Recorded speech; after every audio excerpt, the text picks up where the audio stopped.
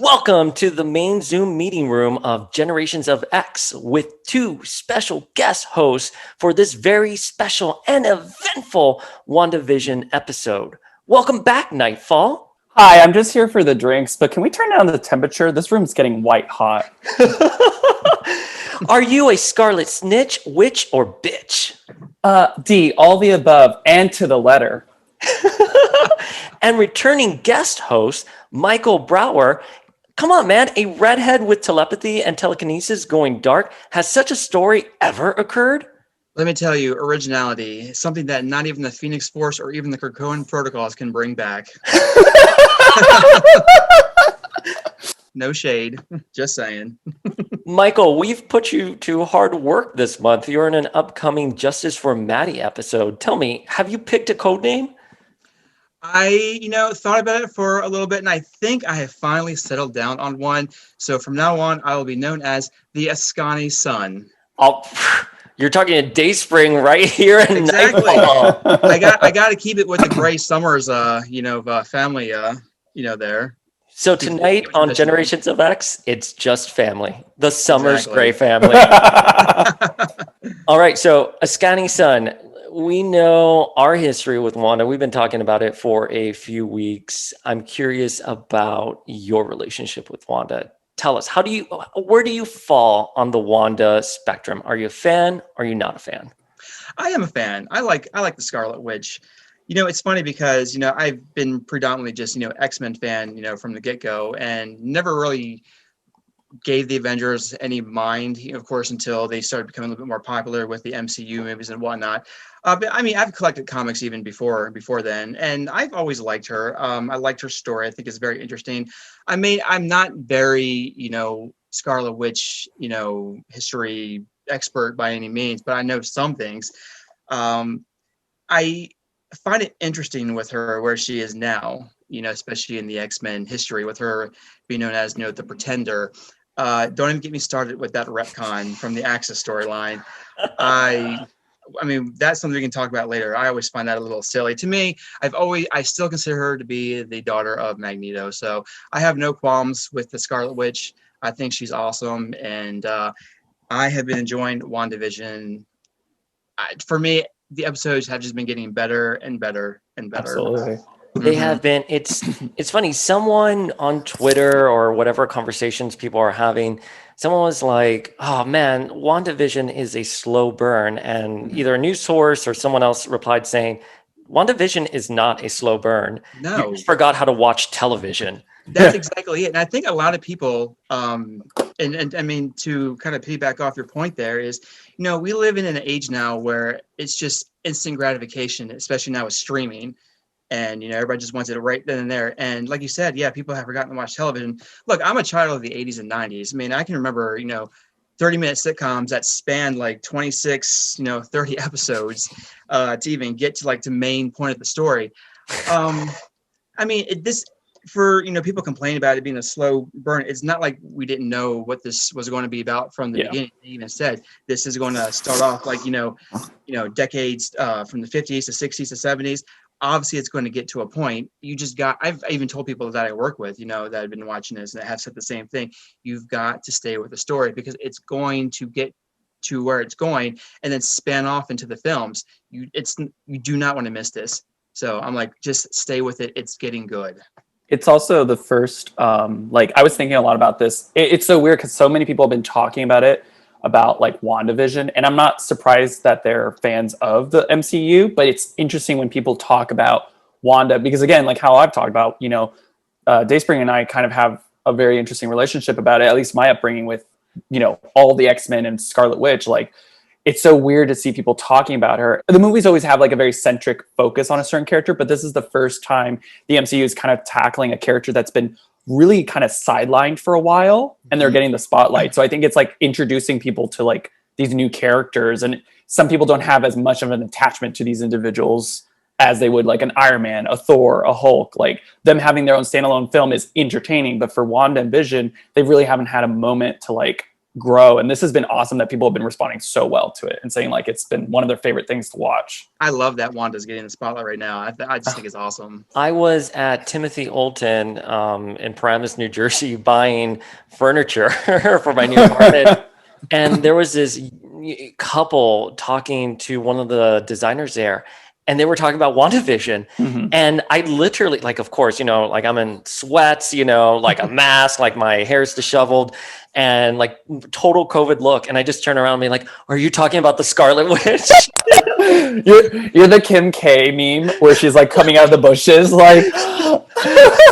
You should have been like, I'm sorry, I just got expelled from Westview. My look is a little. But I think the cultural phenomenon that WandaVision is, it's all eyes are on it. It's the Marvel version of The Mandalorian.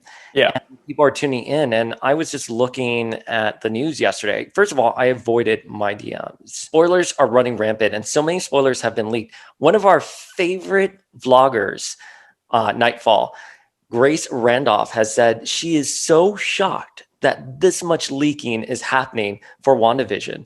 And she theorizes maybe it's a little Disney because it apparently wasn't as great out the gate, but now it's picking up steam. And I'm enjoying just being part of this culture, and all eyes are focused on WandaVision.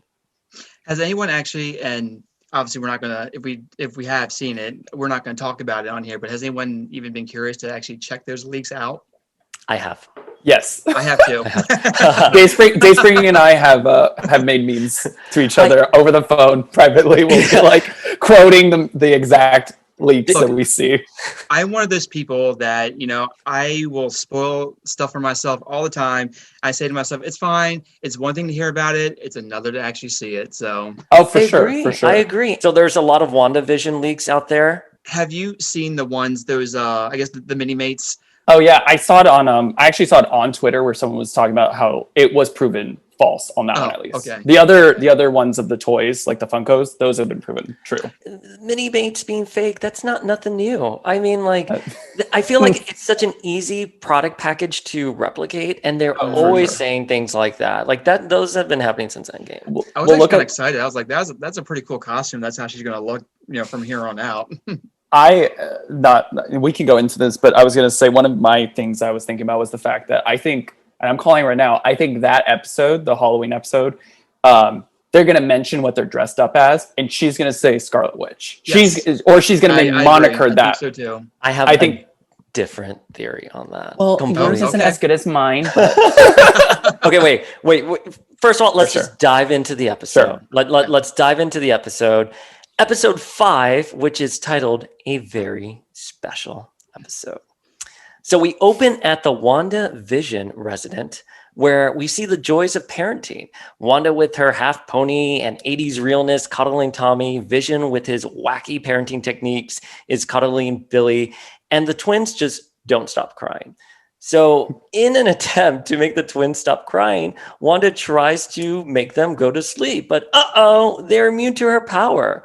Thankfully, though, hot mess Agnes comes waltzing in to save the day and says she can help out with the kids. But Viz just goes on full helicopter parent and doesn't want anyone to touch the babies. Bewitched, bewildered, and confused, Agnes asks Wanda if she should take it from the top. And it was a very tense moment. And the way Elizabeth Olsen kind of like laughs it off and, you know, goes with Vision off to the side. And it was just so masterful and so well done. And, you know, before Vision can really pry any further, we find out that the twins have aged up to about 5 years old. So over in IRL land, at the makeshift sword facility in front of the Westview Hex, Monica is having a scan and is asked if she remembers what she went through in Westview. And she says all she remembers is Wanda's voice and pain, like lots of pain, and that she couldn't resist Wanda. So Darcy and Agent Wu, Dr. Darcy and Agent Wu come in, inviting her to a security briefing just before the doctor who performed the CAT scan on Monica says it's blank and would like to do more tests and blood work, but Monica, you know, refuses. So you cut to the briefing. Sorry, I don't know where that was from. Okay. Cut to the briefing. Wanda is no longer viewed as a victim, but rather as the chief victimizer. We get a brief history on her life, her brother, her parents dying, becoming a revolutionist, all the way through current events. And it's everything we've seen in the movies. Captain Rambeau says she doesn't believe Wanda is bad. She has no political agenda. And it was Wanda who protected her from the fall. Director Hayward then shows security footage of Wanda raiding the Sword HQ for Vision's body, which goes against the Sokovia Accords and Vision's wishes to not be weaponized after death. So Vision over in Westview is slowly coming to the realization that something is wrong, especially after he predicts Agnes will come in with exactly what they need for the new family dog, Sparky. And Wanda then conjures a name tag for the dog right in front of Agnes. And Vision is like, what the fuck, Wanda? Why are you doing this? Why are you doing this, Wanda? We agreed to conceal our identities. Like, you just revised the plot without telling me. And Wanda and Vision sort of spat a little bit, but it sort of culminates with them telling the twins that they can't have a dog until they're at least 10 years old, to which the twins just look at themselves and they age up. So we go back to Dr. Lewis, Agent Wu, and Captain Rambeau, and they're analyzing the events of Endgame, speculating about Wanda's powers and, how they've grown and how she's never wielded that kind of power before. For our listeners, right now, they just know that Wanda has telekinesis and telepathy. And the fact that she's displaying a whole new power set is mind-boggling. Agent Rambeau then realizes her outfit from the Westview anomaly was a manipulation of her bulletproof vest. And this gives her two ideas. One, to text a aerospace engineer, and B, another plan that we'll see come to fruition as the episode progresses. So at Vision's office, something called the internet is coming online, and he's teaching his coworker how to use email when they get a private email from Sword talking about the Westview anomaly. It's the Maximoff anomaly. And Vision touches his coworker's head and performs some kind of, vision mojo. And his coworker, who's named Norm, starts saying, "Oh my God, my sister, I'm here. She has me trapped. I need to find out what's going on with my dad. He's ill." And Vision starts to realize that these people are under Wanda's control. So we cut to the Sword facility, and they're sending in a drone to attack Wanda. And girlfriend is not having it. She goes full on Mama Bear, leaves the Hex, confronts Sword, and tells them to leave her the fuck alone. Like, that scene was so intense, guys. Mm-hmm. Oh yeah, I got chills, so literal chills. and we know what that scene paralleled that we'll talk about in a second. So we get a commercial break for Lagos paper towels, which is much more absorbent than the leading paper towels, starring our favorite social media influencer who ignores us, Victoria Blade. Back in Westview, Wanda and the twins are looking for Sparky through the neighborhood, but we find out he got into Agnes's azalea bushes and ate too many leaves. Wanda uses this time to impart some motherly wisdom to her children about life and death, of which the twins ask her to resurrect their dog. Later at home, Vision buries the dog and begins to tell Wanda that he knows something's up, and things get really heated. And Vision is ready to fight Wanda because he's terrified by the fact that he doesn't have a clue of what's going on and doesn't even remember his life before Westview. But before we can get answers from Wanda, the doorbell rings, and it's her brother, Pietro, played by Evan Peters, who has come by for an unexpected visit. And scene. Guys. All right. Woo, that was good. All right, let's start with just general. We can go through it all, but let's start with general feels. Nightfall, let's start with you. What did you think of the episode as a whole? Meh. No, I'm joking. That was a great. I have 4 pages of notes here. Cut. Eject. That was a great episode. And we talked about this with episode 4, which was really great because it established a lot of kind of information for you to understand what was going on outside and then kind of process everything. it was just so straightforward that there was kind of not a lot to talk about. But this one, not only did it bring so much information, it also gave so many more questions that you wouldn't imagine having. And I think it was exactly what like we have been talking about, where it escalates. What I love, and this is just a general idea here, is that every episode, it's like they kind of speed up to the exciting moments. Like the first episode was like the last like few minutes were kind of where things got tense, and then the second episode it kind of got there a little closer, and like every episode just started off more and more. I mean, like right off the bat, it was like Agnes was just like, "Want to take it up from the top? This bitch just ruined my line." Like scene, it's just like we didn't even have a moment before we were reminded that everything here is messed up or there's something wrong. Askani Son. Or wait, the Askani Son. The Askani.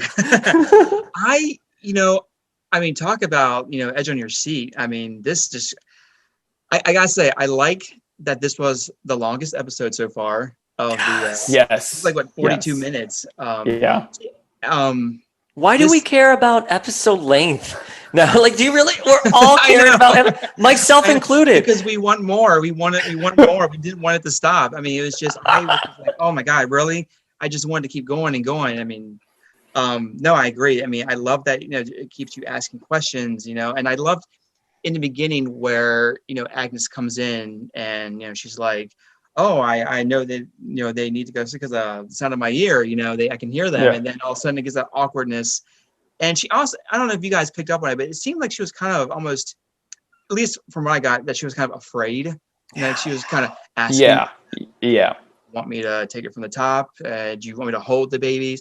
I felt this kind of fear, from her a little bit, like she was just kind of, I don't want to mess up or she's going to, do something to me.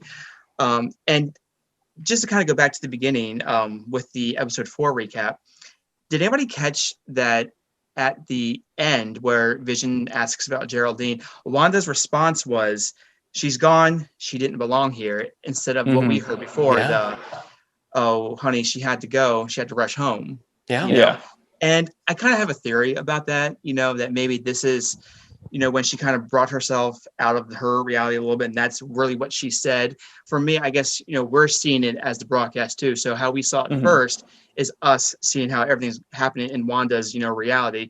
But that little bit was the break, that's what really she said. Yeah. I did not, I picked up on it being different.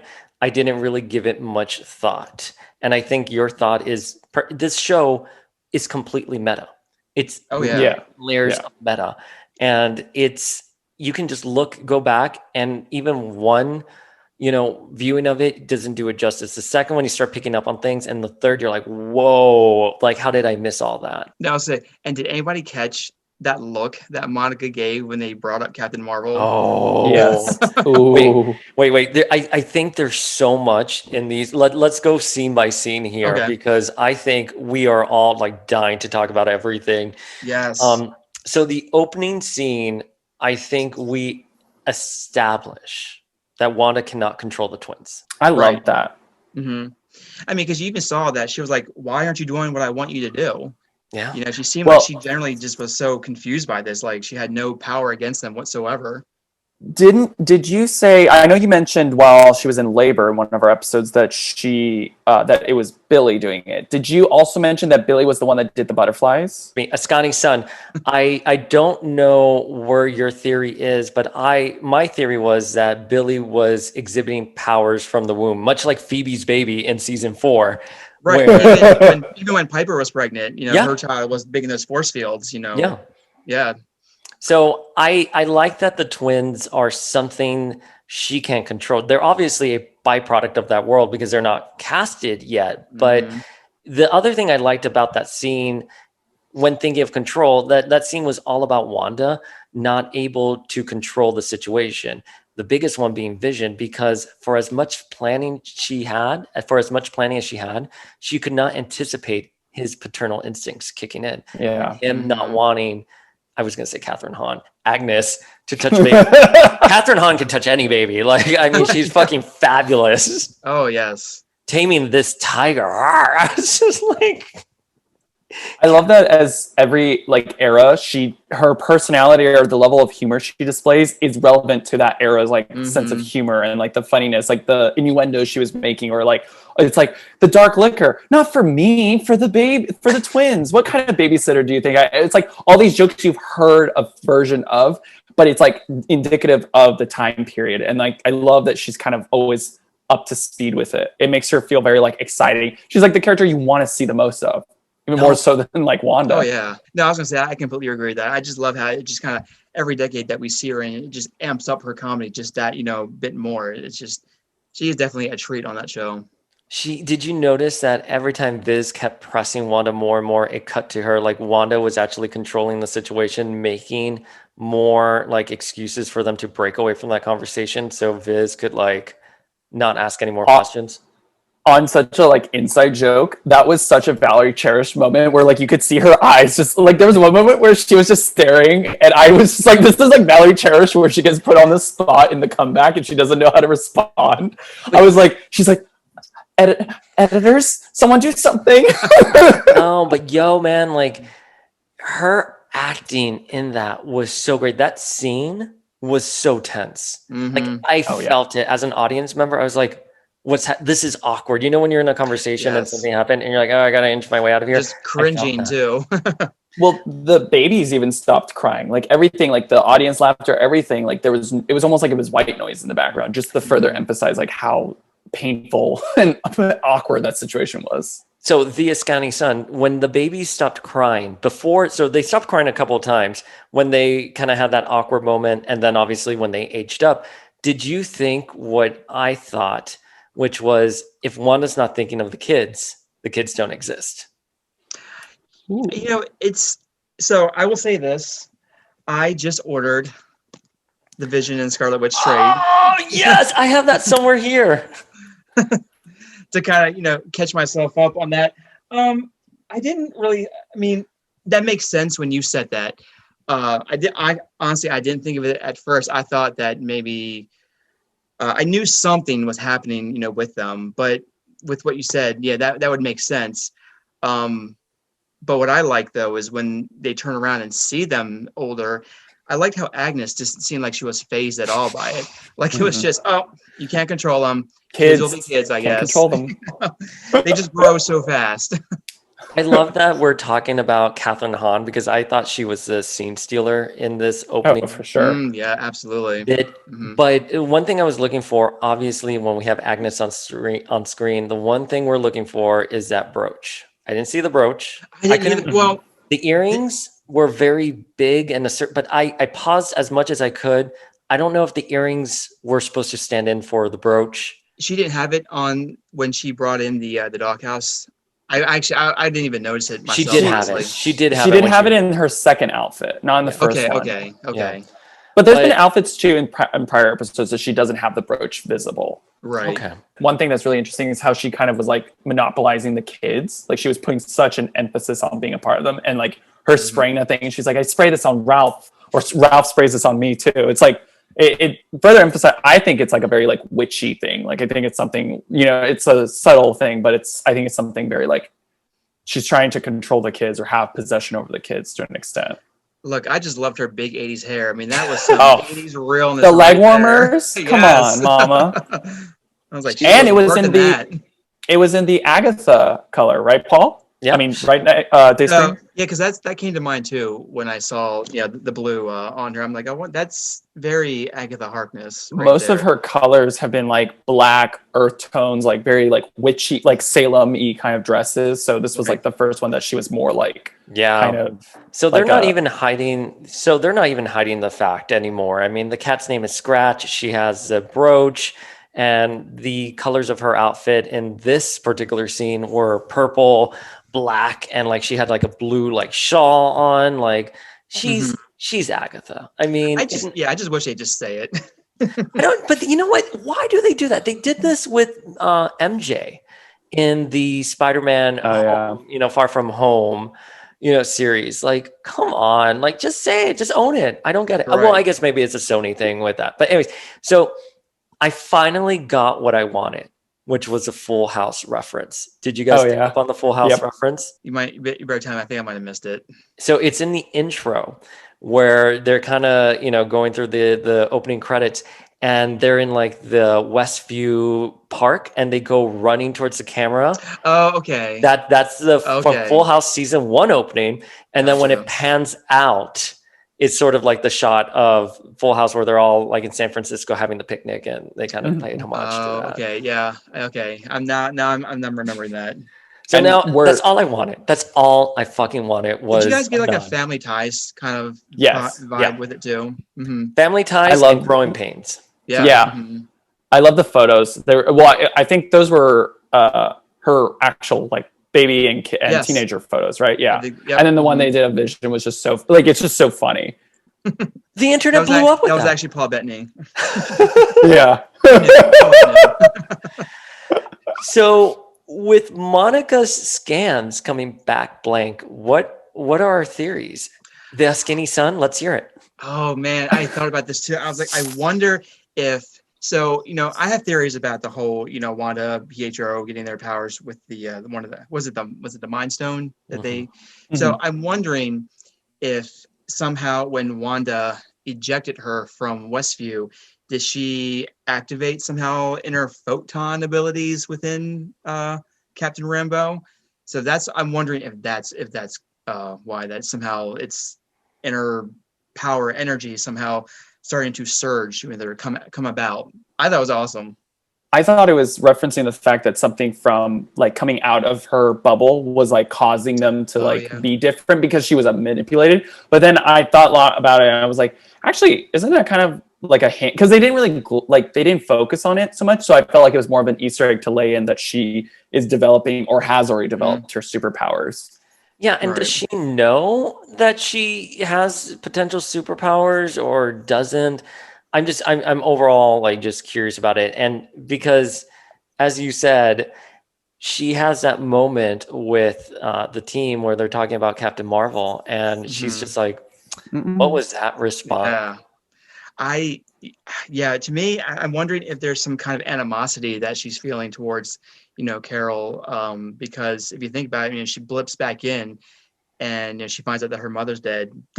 Is she upset that Carol never reached out to her, never came to see her, knowing that all these people are coming back when Hulk reversed Thanos' snap? And so, that's what I was thinking. Maybe she's got some kind of anger, now towards, Captain Marvel, like, bitch, where you been? Did she pass away because of cancer, right? Yes. Yeah. Mm-hmm. So could have it like also been from working with Captain Marvel because of like the cosmic radiation or stuff like that too, maybe? Because they never they say cancer, but like it could have been also a byproduct of working with her. I mean, perhaps. I don't know. I don't know if the evidence is necessarily there in the story, but sure. I mean, we've seen those stories of people who've worked at, specific sites that were, with radiation poisoning, and they would eventually get sick years later or more susceptible to cancer. But what I loved about just like this episode in general was the feeling that we were on the brink of getting something like really like fucking big. And, I don't even know where to begin with this. I feel like I'm just going like crazy with like fan speculations and theories. And what do you guys think is sort of like, who do you think the bad guy is here at Westview? Nightfall, I'll let you take that one.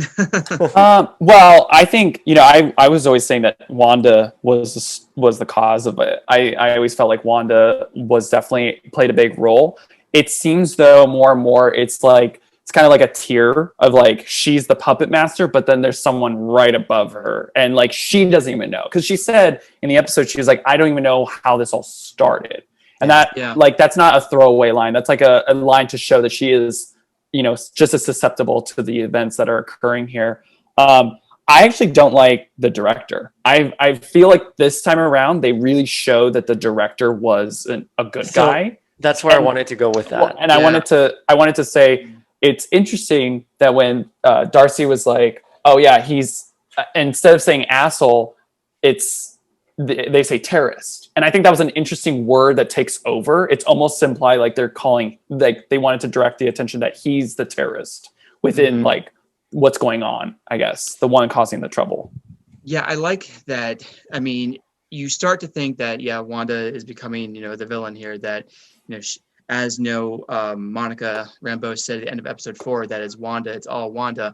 But, is it really, all Wanda? What if, like you said, Nightfall, that, maybe she's, she has an aspect of control, but she's not the one that's fully doing everything, that there's some, other player behind the scenes that's manipulating the events here, or even possibly her somehow without her even knowing.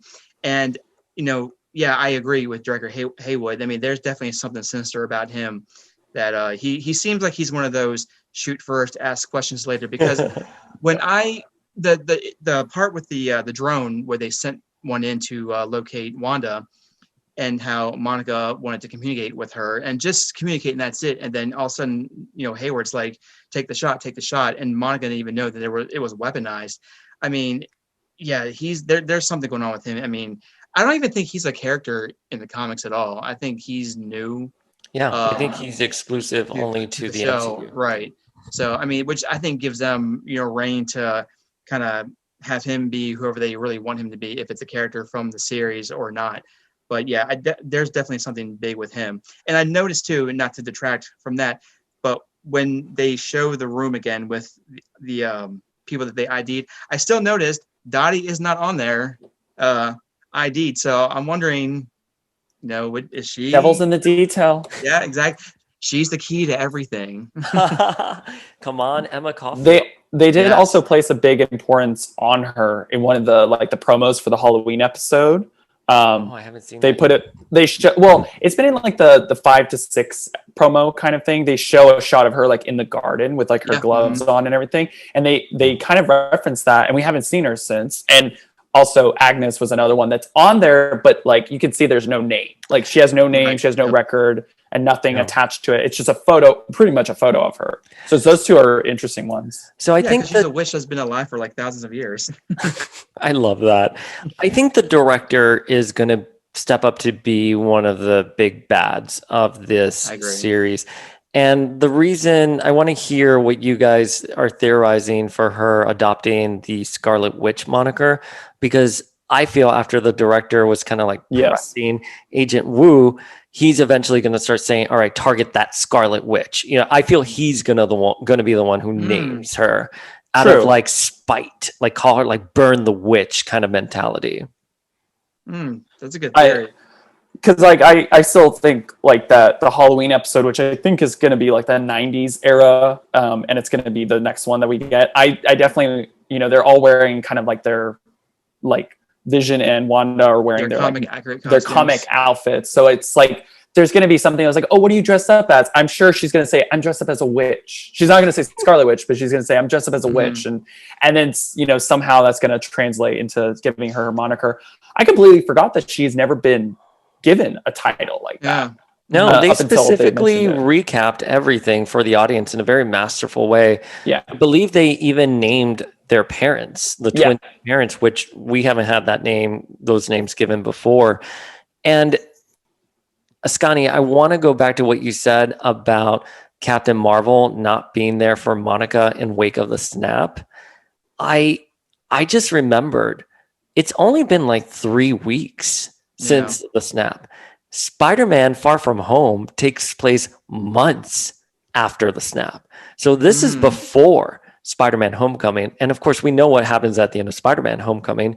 We have J. Jonah Jameson out there. So now I'm wondering, has the multiverse been broken for much longer in the MCU than we know as bled in? I think it's bled in is kind of what's happened. You think it's going to be bleeding in? I feel like it's going to be obvious that the multiverse took place, but it's going to be that, for lack of a better comparison, the Bernstein and Bernstein phenomenon, where no one can remember why they pronounce it differently. I feel like that's going to be this odd deja vu thing, the Mandela effect. Mandela effect, where it's they all kind of can't come in, and no one's going to remember oh, they've always been here, but he's from another dimension in there, and that's going to kind of retcon why certain characters are in certain places so that it's not awkward or doesn't cause a whole like ruckus, if you will. No, I agree. I wouldn't be surprised if this is, starting the multiverse is starting to slowly crack and things are starting to bleed in through. So yeah, I mean that was one of the big things, and Dayspring, you could very well be right about that, which I find very interesting, and I really hope that this kind of plays out more because, I mean, obviously we know that Wanda is going to be, I think, the antagonist, in Doctor Strange, too. With I'm sure there's going to be a actual main villain.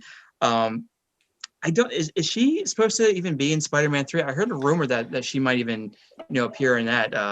So I was just talking about this with Legion on Zoom. Both are shooting right now. I think Doctor Strange is happening after. So the way I'm seeing is that Spider-Man is coming this December, supposedly. Sorry, my Miami girl came out. Supposedly it's coming in December. Supposedly we're getting Spider-Man. Spider-Man 3 is coming in December, and then Doctor Strange 2, which I don't know if that was the order originally before these movies were pushed back.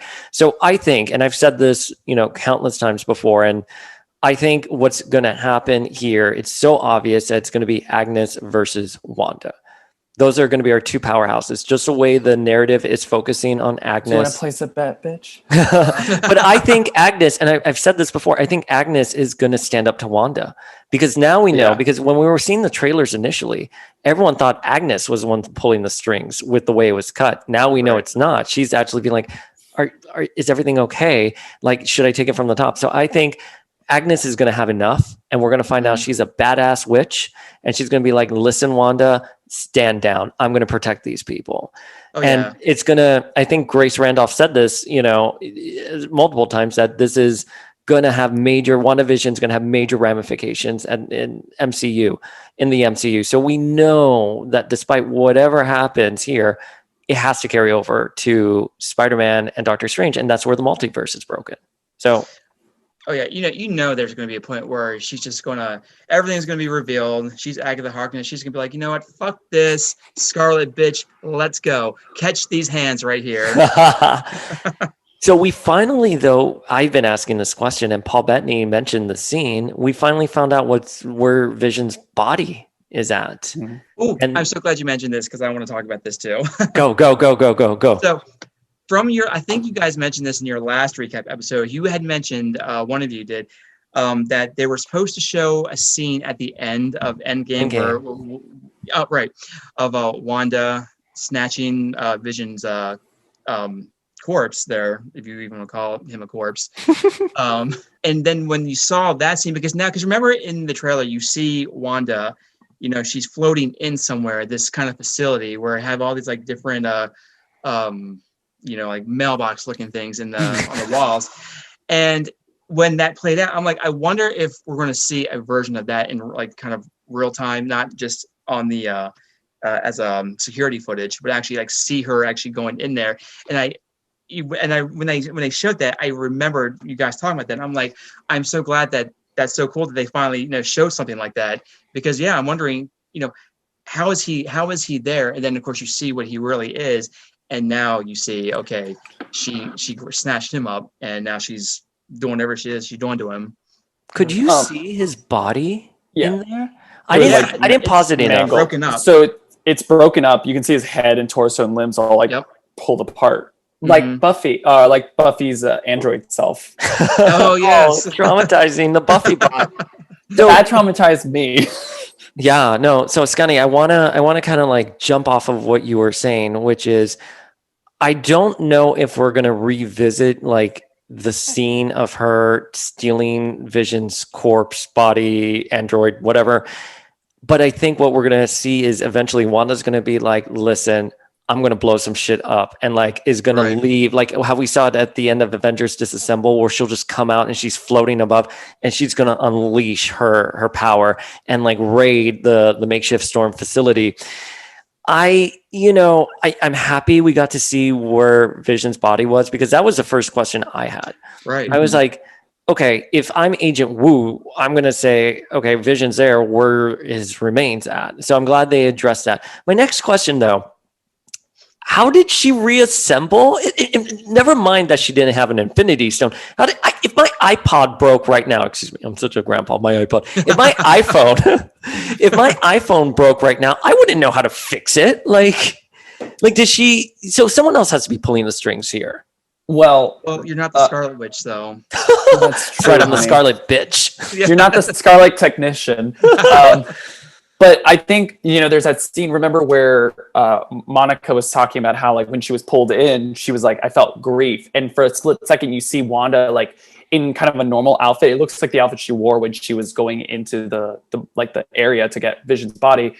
She was, like, kind of screaming, or she was angry. She said grief specifically, which is what I've been kind of referencing, where I was like, all this is going to be a byproduct of her grief and rage of not having a normal life. And I mean, I was like, she's going to take Vision's body and bring it back. And then she even said it herself, like, you can't undo the dead. Yeah. So I don't think that was like her way of trying to be like, I'm trying to teach you guys a lesson to, like, know that you guys can't have a dog. I think she legitimately is like, I can't bring back the dead in that situation. Here's the thing about that scene with the dog. How old are the twins when they get 10. the dog? How old do they say that Wanda was when she and Pietro lost her parents? She was 10. So Wanda is speaking to them about loss at that age and why you feel the need to run away. And then the twins obviously bring up the resurrection thing. And what I found particularly interesting about that, if we're paying attention to just the world building they're doing in WandaVision, is Wanda's powerful. She can manipulate reality, but it doesn't seem like she can create life or bring back the dead. Because if she could, we would get, Aaron Taylor Johnson's Pietro, not a quote unquote recast, which we can dive into that. But she would have her parents back. Yep. She would have her brother back. So Vision, I wonder, and here's my theory, and I hate to say it like this, since Vision is more of a robot, and his matter could be manipulated, is she manipulating his matter? And if he steps out, he's actually going to disintegrate. He's going to go back to just being a corpse. Mm-hmm. I don't know. It's Mephisto. Well, I definitely think she made a deal with the devil. In her rage, she couldn't get Vision back. Mm-hmm. And that's what I think. I think whoever the big baddie is, I think they played a role in bringing Vision back. Mm-hmm. Not her, but she gets to have Vision as if like her. It's like someone put the pieces back for her and she gets her toy back, but she didn't put the pieces back, is what I think happened in that situation. Because there's a lot of red herrings, I think, throughout the whole thing. What did the director say? She brought back Vision, but she didn't bring back the dog. And I mean, I know the whole idea that she's trying to teach them a lesson, but I felt like she didn't have the ability to bring back the dog. She didn't have I'm going to go somewhere dark with this. Go ahead. Do we think Wanda purposely killed the dog? Actually, what's so funny is, for a second there, I thought it was when the drone went off on her. Yeah. It actually killed the dog. Oh, interesting. I was wondering what I didn't even think what happened with the shot. Yeah, it was a missile. That was my Didn't they say it was like a missile or something? Yeah. Mm-hmm. Yeah, I didn't know what to make of that scene. Like, Catherine Hahn played it so well, but I was like, is there something going on there?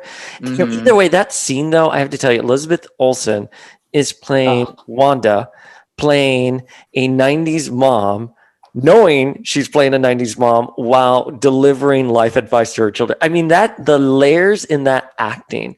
And Elizabeth Olsen has said this in other interviews where she literally rehearses for like 15 hours for just one scene. And you see the fruition of all that hard work. When she is delivering that to Tommy and Billy, it's not that I think she feels sad. I think she has so much more bombulating under the surface. On my standpoint is that, she's just, talking of personal experience. Oh, as Wanda, everything that she's kind of gone through and trying to, I think in a way, kind of protect them, a bit, because you can tell, she's like, no, do not age up. You cannot run away from this. So I think it's in some way her just trying to shield them, from the realities, the hardships of, death. I was just gonna say, because I think it's the next thing that we haven't gotten to that point yet. But what happened with the missile? And you were saying the thing about her acting and all that stuff. I loved when she came out and she had her accent. I thought Yes. that was such a great little layer right there of like that she is even twisting her own perception to fit into this role that she thinks she needs to live in. And then the second she's out of that bubble, it's like you still hear her accent. It's like, that's good. Like that moment was really just masterful how that played out. Well, and she did that before with the twins, and she was singing in Sokovian, and it just happened so seamlessly. She said Elizabeth Olsen. Phenomenal. Phenomenal. No one could. She was a really great cast. I didn't know what to expect of her, but she was a really great cast. I gotta say, I think originally they wanted Saoirse Ronan to play Wanda. Yeah. I have to say, when I found out Elizabeth Olsen was going to be cast, I didn't really even think much of it. I was like, okay, that's cool. She's, one of the Olsen sister, and I didn't really expect much, honestly, from her in the beginning. But I gotta say, I'm so glad she proved me wrong, because she has just been killing it, as the Scarlet Witch. And she's really become my favorite part of, the Avenger, films and anything that showcases her. And this, I know WandaVision is going to be my favorite, Marvel series, on Disney Plus. So, she's just brings so many layers, and just the way she shifts from one performance to the next, like Nightfall said, how she came out of the barrier and she was just back as her original, Scarlet Witch Wanda Maximoff self, accent and everything. It was just, and her body language. Yeah. Oh, that little twist. Yeah. Exactly. The way she just twisted her arm, she was like, "Fuck y'all." I'm going back home. So sassy. It was. She's been so wonderful to see on screen and just on television. I've been loving her performance. But let's talk about that scene. Let's talk about that scene in front of the sword facility, because I think all of us probably picked up that it is a straight homage to the X-Men 1 movie with Magneto turning the guns on the police. And Oh, yes. I normally, I marinated on that when I saw it online, when I saw it, obviously when I was watching it. But WandaVision has proven to be a series that is so rich with Easter eggs and nods. And especially given that ending, there is no way that wasn't a direct nod to X-Men 1. I completely agree. I've always said this, but it's like the amount of love and attention they put into just a show that, again, Wanda and Vision are not these, like, they're great characters, but they, to a general public that watch the MCU movies, they're not the star-studded cast that you would have wanted to see on the big screen right off the bat. But I'm so happy they've opened the doors for these characters to get this time. Again, Elizabeth Olsen is like phenomenal. She knows that character so well in and out, and the time and energy they put into this show to create this authenticity, it's very like satisfying just to finally see everything. I was like, I want more TV shows.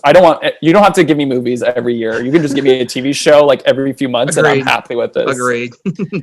And going off of that and all the details and everything that's in WandaVision, the commercial this week, Lagos, for, absorbent paper towels for the mess you didn't mean to make. Yeah. It's so shady. I was like, damn. Like, and it was a red liquid. It was a red liquid too. Like it was a juice. Oh, I didn't even think about it. Yeah. Mm-hmm. But I was just like, wow. Like, I'm sorry, Wanda. So I think at this point, what do we think these commercials are? So for our listeners, let me just finish connecting the dots. Where Civil War began, where Wanda sort of blew up a building by accident, was Lagos. And she obviously felt very traumatized and guilty from this event. And I feel that is a common denominator with all of the all of these commercials. Well, there are definitely aspects of her life, big moments, with Hydra, Strucker, now you have, Lagos, these are moments that have really, impacted her and really kind of formed, the character, the woman that she is now, with, these particular moments and factions that she's been part of. Yeah, I mean, I completely agree with that. I just realized they're in sequential order to kind of the levels of trauma she's dealt with. Like Mhm. the first one being Tony Stark, which was the bomb that Yep. was supposed to kill her and her brother, and then Strucker, who kind of housed them and gave them powers, and then Hydra, which is who they kind of were allianced with. And then this one was Lagos. So I'm curious. I can't think That's of a great note. I didn't even think about that until now. Yeah, it's in order of her I life. can't.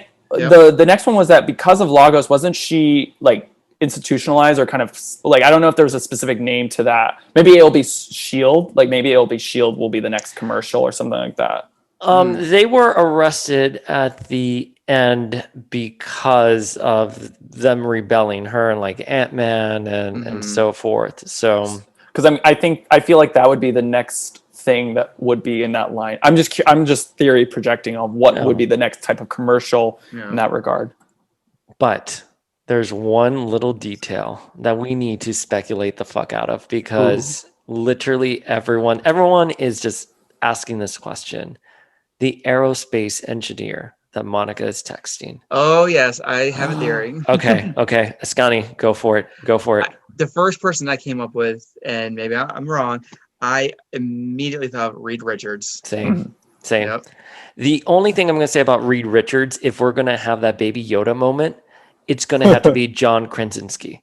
Someone who we're going to be like, oh shit, he's finally here. For sure. Do you think, Askani, do you think they've already casted Reed Richards? And do you think it's going to be John Krasinski, or do you think it's going to be another actor? Do you even fucking care? I just want them to cast, some of the perfect actor, they think is going to best fill his shoes. No, I think he'd be great. I mean, I have my Invisible Woman, casting suggestions, but I think Jessica Simpson. Oh God, where did Jessica Simpson come from? No, let's get Britney Spears in there now. Oh, poor Britney. Oh God, I love me American Horror Story, and I'm a big Lily Rabe fan, so I would love to see her take up the reins. I mean, I would love. I want to see her take up. I know mostly everybody's like, if it's John Krasinski, get Emily Blunt. I like Emily, but to me, Lily's got the acting chops. I would love her to see her portray Sue Storm. We love American Horror Story, specifically season 3, Coven. Yes, that's my favorite one. Oh, Misty. Oh my God, Misty and Madison. Can you imagine Emma Roberts as Invisible Woman?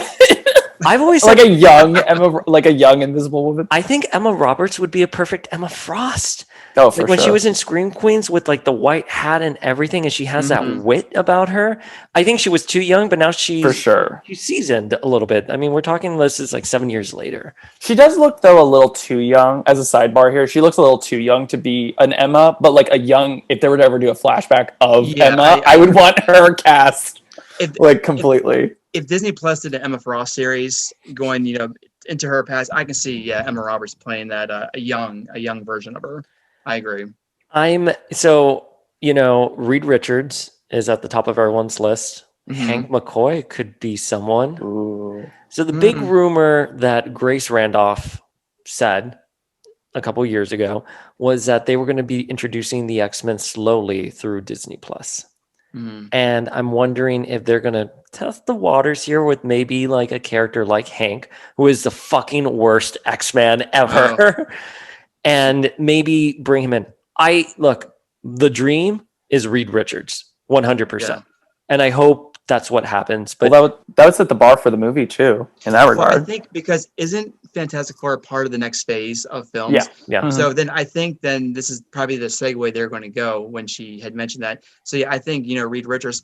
But I'm wondering how they're going to introduce, because rumor weren't they supposed to be trapped somewhere and then like from the 60s, and they're somehow going to be brought back, and then they're into this new world, this new age.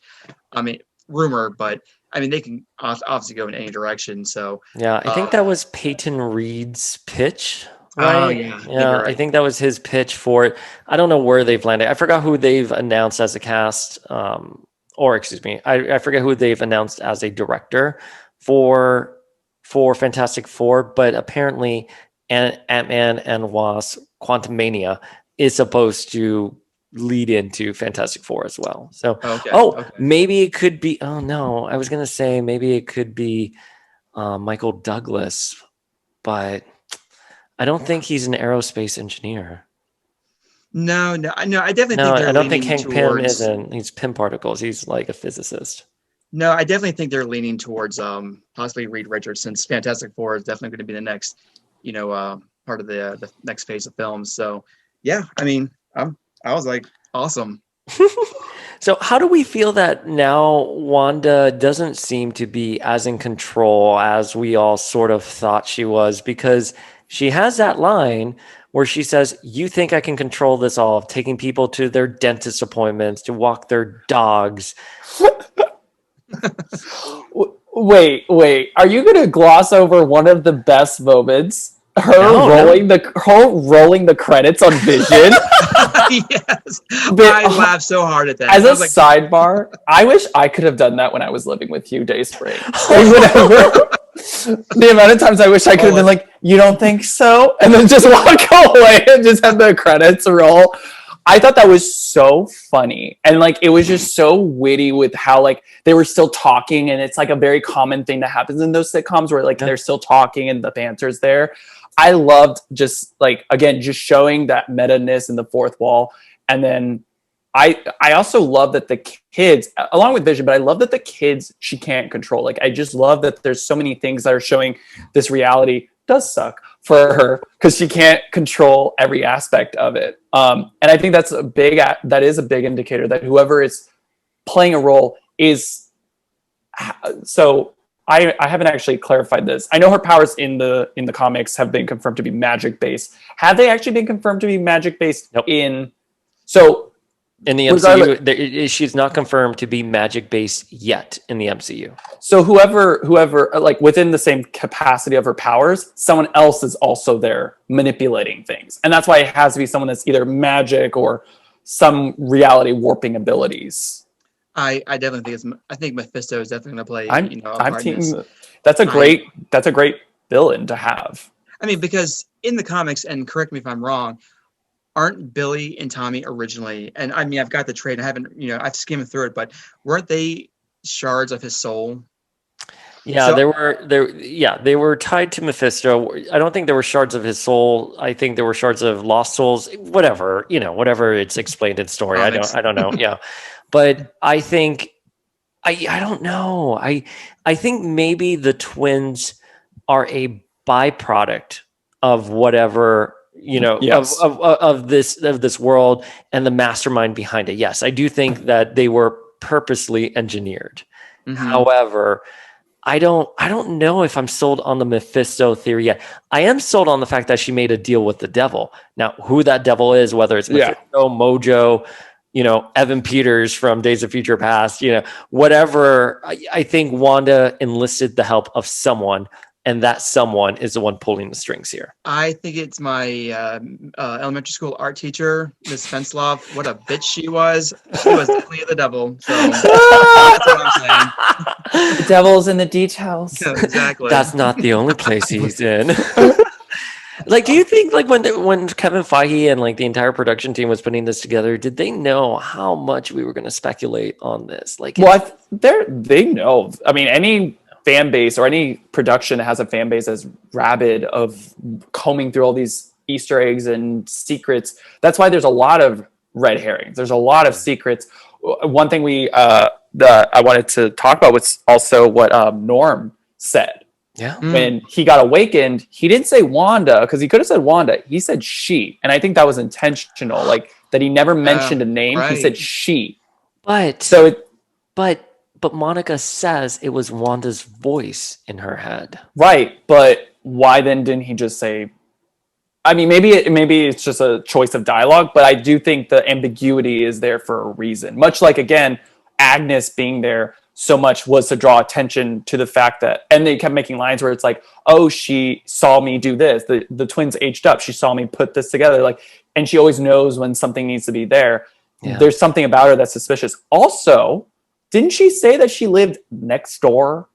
her right Yeah. to Wanda? Why the hell did they walk so far? And she's like over here. She's like, my azalea bush. What is this bitch like across the cul-de-sac? She's like, I need to move. This decade really sucks. I need to go down this street.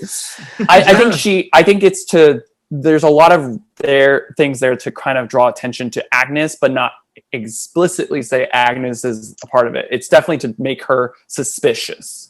They want us to know, her and know some things about her, but not fully know yet, and kind of keep her on the back burner a little bit. Yeah. So, they're institutionalizing that huge misdirect. Yes. Another little detail about the anomaly is that Vision finally points out what we've been talking about, which is there are no children in Westview. Yeah. He clocked her for that one. He clocked her. He was not. He's here like, no, there are no children here, Wanda. She goes, you're ridiculous. Oh my God, there are. Just stop. Look, and she's just like bewitched. Like, so the way I kind of saw that is that Wanda, took Westview, but she only took the adults. She wasn't going to hurt children. She wouldn't go that far. Sure. Like, where would she put them? That's my, because I remember you saying that, and then I'm thinking, I wonder where they would be. Hey, you're crazy. Somewhere. Go over here. Here's some Wanda Fanta for you too. Enjoy. Oh my God, Michael, do you know the Wanda song that Nightfall and I created? Oh, Wanda, don't you want? This reality really sucks. Hot Mama Wanda, make it not. Don't you, Wanda? Yes. Make that an iTunes hit. Girl, it's going to catch on. So, Wanda kind of sits down on the sofa. She's saying that she's not in control of everything that's happening. And the doorbell rings and Vision looks at her and she's like, I didn't do it. You don't believe me. Mm-hmm. By the way, she gets so offended by that. He has good reason not to believe you. Absolutely. But that's another hint that Wanda does not have control, that there is a puppet master here. Mm-hmm. And of course, Mm-hmm. it opens up to Evan Peters as Pietro. And Darcy's immediate reaction is, she recasted Pietro? I don't think she recasted Pietro because she looked a little confused. She did herself. Yeah. And I think it was kind of like in The Simpsons when Principal Skinner comes home to his mother. And you know what I'm talking about? Yes. That episode where the original Skinner actually died, but they have this mutual understanding that like, we're going to accept that you are the new Skinner. Mm-hmm.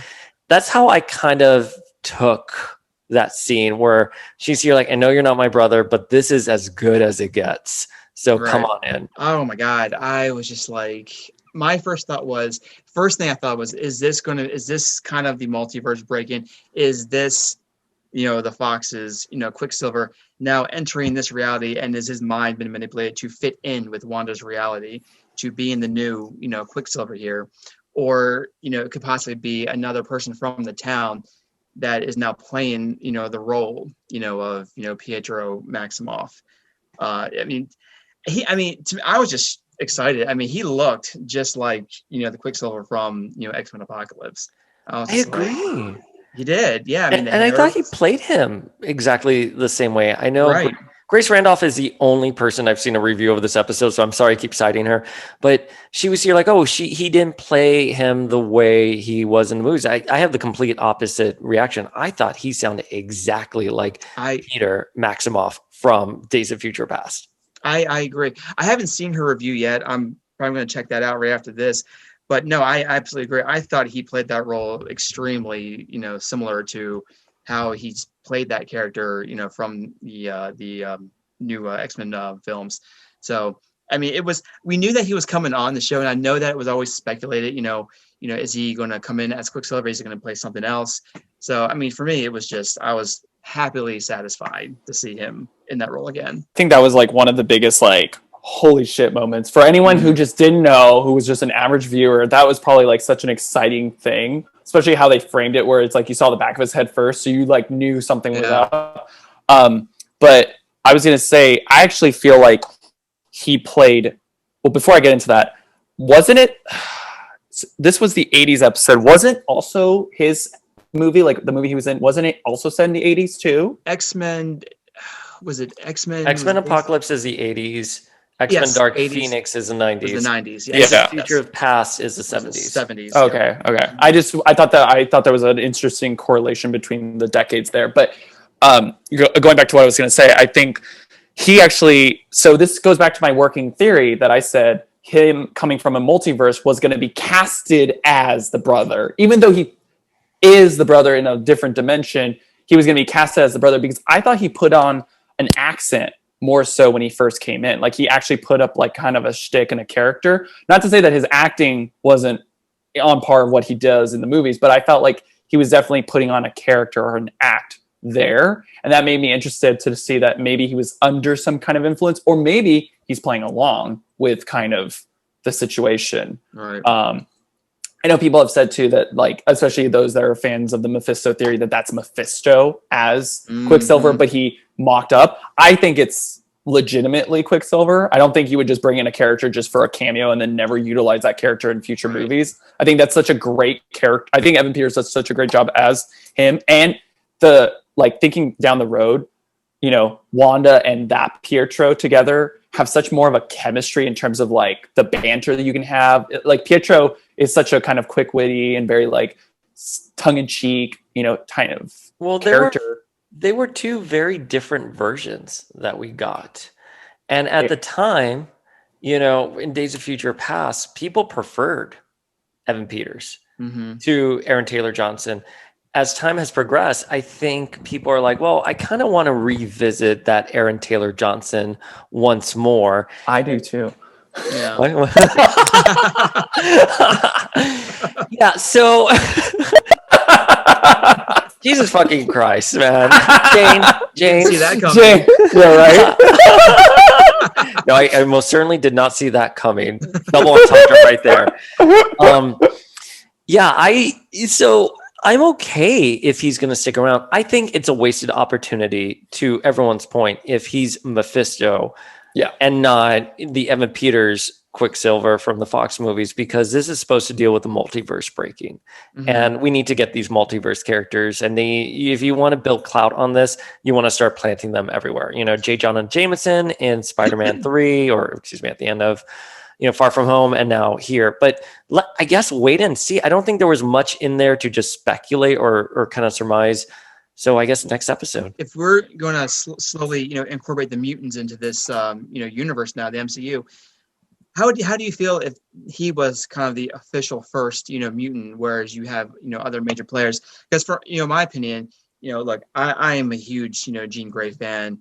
But my first pick, you know, for someone to be introduced into the MCU as the first new mutant, I would definitely say Storm. Oh my God, 100%. And Black Panther too. Yes, absolutely. So, I mean, like, what do you guys think? How do you feel if he was kind of like the first official, if this is him playing, you know, Quicksilver from the Fox, you know, X-Men universe? Well, that goes into what I was going to bring up originally. And I don't know if this was maybe something that it was an Easter egg, so they didn't think much of it, or they probably were thinking about it. But remember in Deadpool 2, they showed the scene where like the X-Men were in there and Beast closes the door on Deadpool. Yeah. So, you know, maybe again, it was just treated as a, you know, as an Easter egg, funny moment, haha, like to hint at also down the road that this was already, I feel like at that point, the conversation was already there. I'm curious, maybe, I don't know where the timeline of Deadpool 2 is, that the multiverse kind of was already there, or at least to explain why they would be there. I think what's going on with the multiverse, we know Kevin Feige wants to get there first. He wants to sucker punch DC in the gut. Absolutely. So I think what's going to happen, he's doing the multiverse for a couple of reasons. One, so you can bring in characters like Deadpool in, so, and not be bound by it. So wherever Deadpool 2 took place is kind of irrelevant, because if Wanda cracks open the multiverse, this Deadpool can just like pop out and then just stay in our reality, and whoever those actors are, you know, who played them, don't necessarily have to come back. But how do I feel about Quicksilver being the potential first mutant? I'm with you, Askani. I wanted Storm to come in Black Panther 2, be T'Challa's, you know, right hand, like maybe an advisor, something like that. They would fall in love, and however they want to introduce the mutant gene. I just think Storm is such a regal, important, iconic character. She does so much for the X books that I would have liked it to be her. Now, that being said, I've been waiting for the mutants to come into the MCU Oh for yeah, a long absolutely. time. You're going to give me Evan Peters Quicksilver, who was a well-received character, who Right. did not do a bad job in Days of Future Past. Apocalypse and Dark Phoenix are shitty movies. He had a shitty role. Don't even get me started on him not telling Magneto, "Hey, I'm your Oh, I son. Don't kill know. the world. Hey, your Seriously. daughter just died, but now you have something to live for. Your son is alive here." Right. So I'll take Evan Peters happily. Look, I mean, as long as it's not Wolverine being the first mutant, I'm fine. Oh my God. Hugh Jackman's like, please don't make me the first mutant again. Like, No, I mean, I guess for me, because like I said, I mean, I can definitely see Storm being first, or even Rogue as being the villain in Captain Marvel, Yes. too.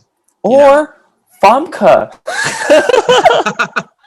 Hey, man. You're talking to two crazy Gene stands here. Yes. I'm all for it. I mean, Wanda did take her wig, so Famke's going to come and take it back. Look, I don't have to be possessed by the serious, Phoenix Force to, for you to feel the burn. So atomized.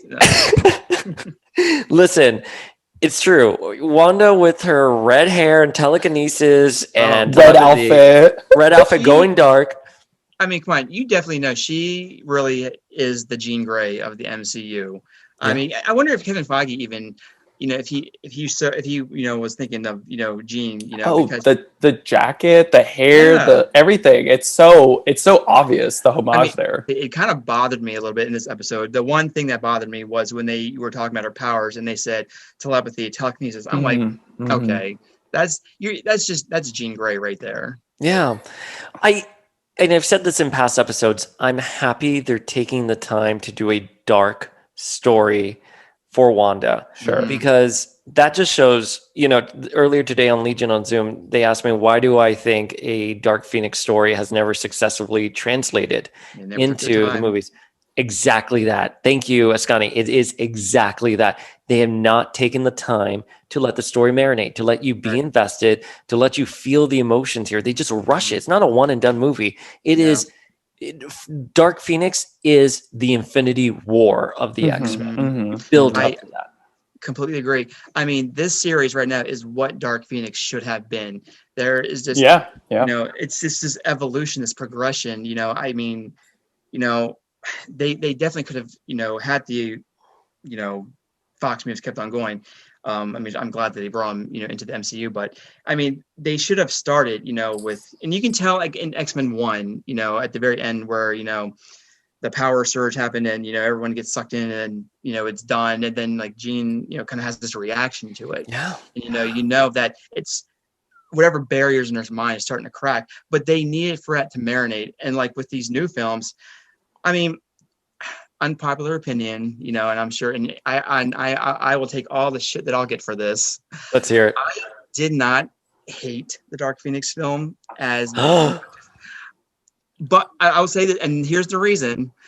I felt that at least the reason why I hate X-Men 3 so much is because I did not like that they took the Dark Phoenix and made it the B-side.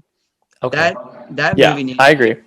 And I at least appreciated that they did that for this film. Is it a perfect film? Absolutely not. There's so many things that are wrong with it, but they needed time to really marinate, Jean's character slowly. They should have had her, fully become Phoenix, do good things as, the character, save the universe, whatever, and then slowly see her cracking as this force in her. Bring back the Hellfire Club, do the mastermind plot, the device that Emma Frost makes for him to, make his illusions real, see her slowly cracking and then go mad, commit cosmic genocide, whatever. WandaVision is doing what Dark Phoenix should have done. And Absolutely. That's, what I love about this series. I'll share with you on that I also really liked X-Men 3.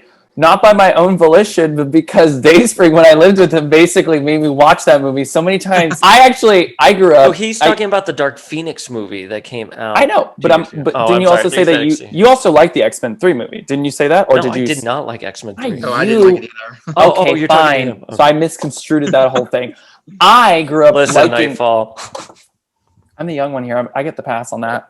On my ignorance. But you look the oldest, bitch. Well, some of us can grow facial hair, unfortunately. I'm almost 40 and I still can't do it. I can't, dude. This is me not No. shaving for 3 days. I know. And look at those crow's feet. Baby. I was gonna. That's by the Morgan. From X Factor. I was gonna say I liked a lot of what the trilogy did in the beginning, because I grew up, like it was the first time that these movies were kind of being taken seriously and given the attention. And I wish that what would ultimately become kind of the standard for movies down the road would be given the same thing. I actually felt like at least the third movie, there was some type of setup, that it wasn't just immediate to her being a bad guy. And obviously, the Dark Phoenix movie with Sophie Turner was just unfortunately not as good and what it could have lived up to, because they rushed it. Right. Dayspring and I talked about this ad nauseum when it first was announced. I was like, why are they putting out a Dark Phoenix saga when they haven't even done anything about the X-Men as a whole? Like, finally they're put together as a team. There's no chemistry established yet. There's no actual understanding of them. They're just like, okay, now we're going to the Dark Phoenix. I was like, that's a waste. You're ruining such a great moment. The thing that I got tired of with the Fox X-Men films was that it felt like every movie we had to establish the X-Men again. You know, in Wolverine 2, he was on his own. In Logan, the X-Men were gone. In First Class, they were just assembling. In Apocalypse, we had the young kids learning. And then, by the time we got to Dark Phoenix, it's like they're finally a team. And I'm supposed to care about Jean in this. Like, I think Sophie Turner is a fantastic actress. If you were going to reboot the X-Men, I'm happy with Sophie Turner. If she comes back, yeah, I mean, she even said in an interview that if they asked, I mean, she would definitely come back to play Jean Grey again. Yeah. No, I completely agree. I mean, it's just, and they're thinking about the Fox X movies too, is just that some of the character, moments, I mean, this could go on to a different podcast, I don't want to, detract so much from what we're talking about, but I just didn't like how X-Men 3 and even Dark Phoenix, they've been a team for so long, and you feel like, by now they should be just this really tight group and, deep friendships and whatnot. And there were just so many out of character moments, like, how Storm just completely wrote off Jean both times in X-Men 3, saying, well, she chose her side. Oh my God. And that was such a sexual scene too. Halle Berry was like, she chose her side, like that. Jackman here. Yeah, and they're sisters. Right. That's the other thing. Yes. They have not portrayed Jean and Storm as That's true. Right. I mean, they have that deep sister, love for each other, and you just never felt that. And again, in Dark Phoenix, how quickly Storm wrote Jean off, when telling Scott, how, I guess whatever she said about, knowing someone's character until they finally show it. I'm like, you've been on this same team with her for like 9-10 years. You know her. You're going to take one moment of out in space that you were there to witness her in this explosion, and you see this alien force take her over, and all this stuff is happening, and you're going to sit there and act like this is who she's been this entire time. So I think what we're going to do for our next episode is do a Dark Phoenix watch. And, that will be savage. I mean, it's going to be terrible. One thing I really liked about this episode is I'm glad to see that, Wanda has Monica Rambeau on her side, that she doesn't see her as a villain. She's not a terrorist. She sympathizes with her. She feels empathy for her because, she's been in that world. And she says, look, I heard Wanda's voice. And like you said, Nightfall, you see these flashes in that one moment of Wanda just in distress. She even tries to explain to Hayward and the rest that she's not this, she doesn't see her as this, bad person trying to gain some kind of political motivation. She's just a woman that has gone through so much tragedy, and she just feels like she's lost anything that she's come close to. She loses her family, her brother, Vision. It's just taken finally a toll on her. And, Monica can sympathize because, she also was part of, the people that, blipped out. As with Wanda, she knows loss. So to me, I was so happy to see that she has at least one person there that is not seeing her as, the bad guy, but instead a woman that's just in distress. I think it's a testament also to Tiana Paris, Mm-hmm. who is a phenomenal actress. I mean, the way she played that Carol Danvers scene was Mm-hmm. masterful. The way she just owned every scene. I'm excited for Captain Marvel too. I want a Photon standalone, movie franchise. She has star power. I understand when there are certain characters you see on screen and you're like, I get why that person is an actor. I get why that person got this role. And Tiana Paris is flawless. I mean, and again, the scene where Wanda comes out of Westview when she's confronting everybody, throwing that drone. Again, Monica says, "Look, I want to help you. What do you want?" She's there. She wants to be there for Wanda. She feels for her. So to me, that was, a highlight character-wise, to see, someone is there for her. And that was so beautiful when Wanda said, I have everything I want. Mm-hmm. And they were trying to negotiate with her. And Wanda said something that just threw me off, where she was here like, you leave me alone, I leave you alone. And the only thing that I'm trying to think about is, what is Wanda's end game here? Because the twins are aging up. She's jumping decade to decade. How long can she hold that? Like how long can that sustain itself? And it's only been like 9 days since, she's created that reality. Presumably she created that reality. And then so when she goes back into Westview, did she enforce her bubble? Is that what she did? She makes it adds like a magical layer over it to really stop people from going in. Well, allegedly magical. Allegedly. Well, it's called Hex. Remember what Darcy said? She calls it the Hex. shape of the Hex. Yeah. But I think that's just setting it up to. No, I agree. I don't disagree. That's why I said allegedly. Allegedly magic, because we haven't. I agree. She's exhibiting magic, but it's not confirmed yet. Well, I think what's really been great about this is that they called into question also that she's never displayed powers like this before. Like reality warping powers. So I think that's really setting up the bar that they're going to start explaining, like she does have reality warping powers, that these aren't telekinesis or telepathy. It's more so like a literally reality bending ability. I also think, I've been having this thought for a while that the episodes and also the whole show is kind of, for Wanda, it's a grieving process. And I think she's going through the stages of grief in it. I think like every episode kind of almost showcases or moments showcase where she's at in her life and in the stages of her grief. Like I kept comparing it to like a grieving cycle to Dante's Inferno with like the layers of hell. Like there's all these like metaphors of like how it goes deeper and deeper.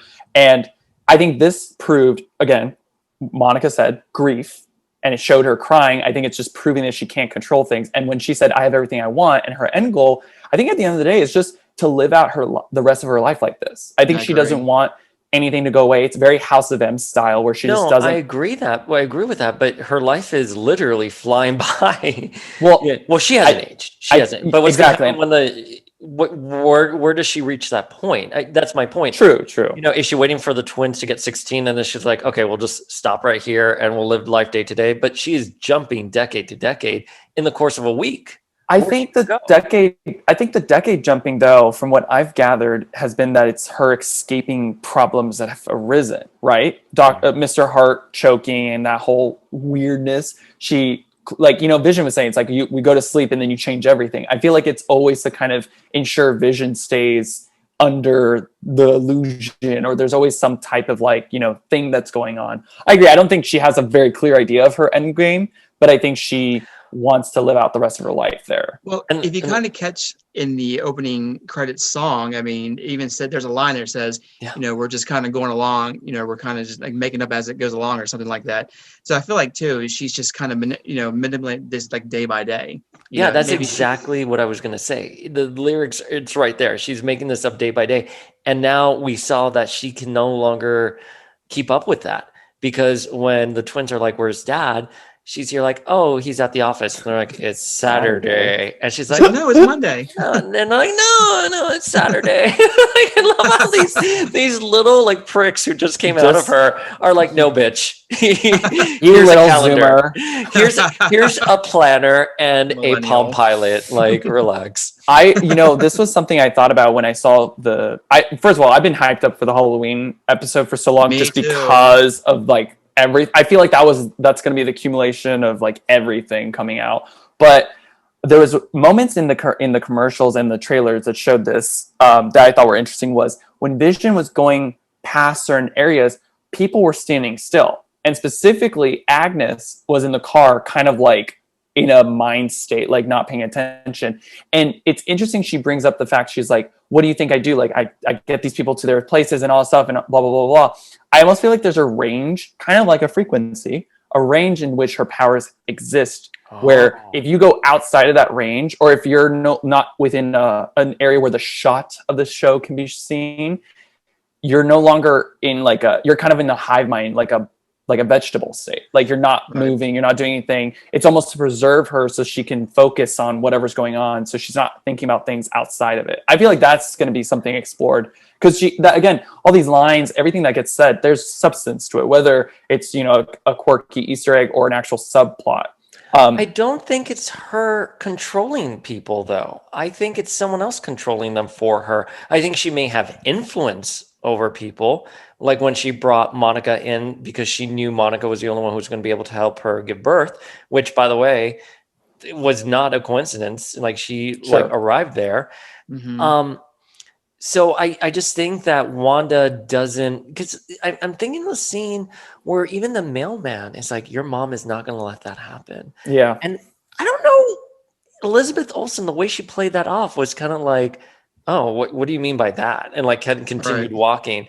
I don't know. I think, and a bit now talking to you guys and like actually remembering all the details in the story and of this episode, I think Monica's powers are going to come in at the end of the show to some extent. I think she's going to exhibit her powers so that there's not this quote unquote origin movie and they can just jump straight into her showcasing it. I think her powers are going to come through because she's been really shown as like an ally and as like a major side character to, Wanda's story here. I want the mutant space program established. I want Sword to go full-blown mutant space program. I'm ready. I'm ready for Monica to get empowered, and that's it. I would love to see her in that costume. Have a facility on Genosha. There was just so much that happened, and like, it's like you're speculating, but there's not much you can really go into, like, because you have to wait for the answers. We don't know the answers yet. I mean, it's just one of those shows that it could just go anywhere, really. I mean, you can think one thing and then it could just be another. You just don't know. And that's what I love about it. I've always been a big fan of like source material, like when people honor the source material. But I love that what MCU has done is they take the source material as inspiration, but not as the rules for how a situation plays out. So like, as much as we can sit here and be like, Agnes makes the most sense as Agatha, it's not going to be like a similar situation, or maybe it's going to be interpreted differently. If not, like maybe her name will be Agnes, you know what I mean? Or something like that. But I think that's one of the great things about the MCU. And like, again, it's a very House of M storyline. And like when she was like, I have everything I need, it's very much that similar, story where it's like everyone has everything they need. And there's this idea of them being happy, but then they get awakened and they're like, I'm not happy. Get me the fuck out of here. But here's a big House of M reference. Are you ready for it? Monica was like, it could have been much worse, and she contained it. Yeah, she did. The quarantine. I did. I caught that one too. I mean, because if you think about it, the point of what was the House of M was, Wanda gave everyone their, heart's desire. So here, she's given her heart's desire, what she wants. It's just to have a simple, life. I mean, just pretty much, yeah. So we had PJ Garcia, aka Kid Wolf _1, write in some theories and questions for us. And the first one he wrote was, Wanda's rearrangement of reality had Monica actually absorb the kinetic / whatever energy of her being thrown. I agree with that. Yeah. I mean, that's how she was able to. That's what I was thinking. Herself. Mm-hmm. Yeah. Mm-hmm. is she empowered? You know, I don't know to the extent, because obviously after that scene with the doctor, as we've discussed at length, but yeah, I feel, Wanda cradled cradled her. Well, that's kind of like, with the Mind Stone. My theory with, Wanda and, Pietro is, I think they were always mutants, and that Yeah. the stone just unlocked their inner latent, power. That's why nobody else, survived these Sure. experiments, but they did, because they've always had them. So that's in the Wakanda Files, a book that's kind of been like written, and they talked about something being in Pietro and Wanda's genome. And that's the other Mhm. thing that Kid Wolf just brought in, where he said the Mind Stone didn't give anyone powers, it only unlocked latent Mhm. superpowers. It Right. gave better control of it. I don't disagree with that at all. I think that's a really great theory. He also writes, Agnes is a suburban witch and offers to teach Wanda how to use magic after she realizes her powers were magic the whole time and not from the Mind Stone. Yeah, I think That makes sense. Yeah. that aligns with I the like that. Vision and Scarlet Witch comic book, where Wanda was learning from Agatha and the Salem Seven. And then she herself became a suburban witch, teaching a new, I'm forgetting the character's name, but she has a little ingenue. Wanda has an ingenue in the series, and she's teaching her the magic abilities. So yeah, thank you for writing in, PJ. Like, we agree with all of those. We'll see where everything goes. Absolutely. Nightfall, where can the fine folks listening at home find you? Well, you can find me at my home in London. You can find me on Instagram at Little Tattoo King. That's Little Tattoo King. And the Askani Son, where can people find you? You can find me on Instagram at MDBrower81 and on Twitter at MikeBrower81. And folks, thank you for joining us. As always, I'm the Uncanny Dayspring, and we will see you all next week.